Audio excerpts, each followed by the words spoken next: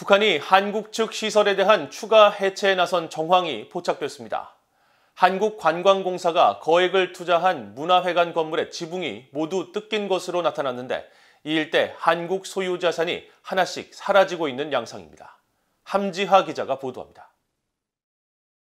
민간 위성사진 서비스 플래닛랩스가 촬영한 금강산 관광지구 중심부의 22일 모습입니다.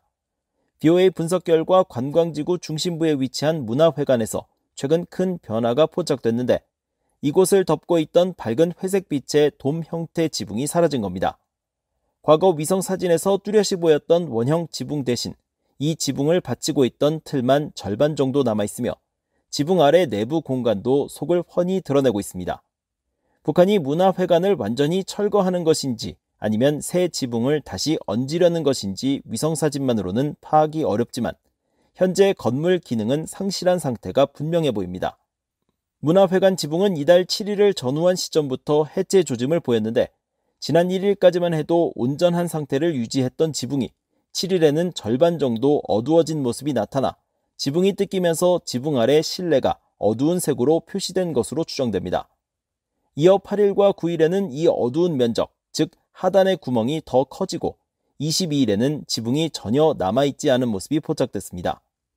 금강산 문화회관은 620석 규모의 실내 공연장으로 한국 금강산 관광객들을 위해 북한 측의 공연이 펼쳐지던 곳이며 2001년 한국관광공사가 한국현대아산으로부터 355억 원에 매입해 다시 현대아산의 운영을 위탁했던 것으로 전해졌습니다.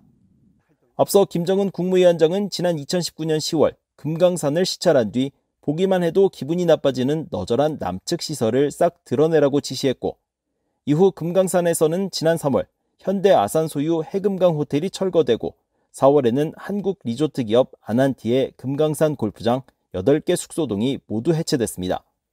이런 가운데 한국 정부는 북한이 개성 남북 공동연락사무소 폭파와 금강산 시설 철거 등 한국 자산을 일방적으로 파기하는 데 대해 엄중히 책임을 물어야 한다고 밝혔습니다. 남북연락사무소라든지 대한민국의 재산을 일방적으로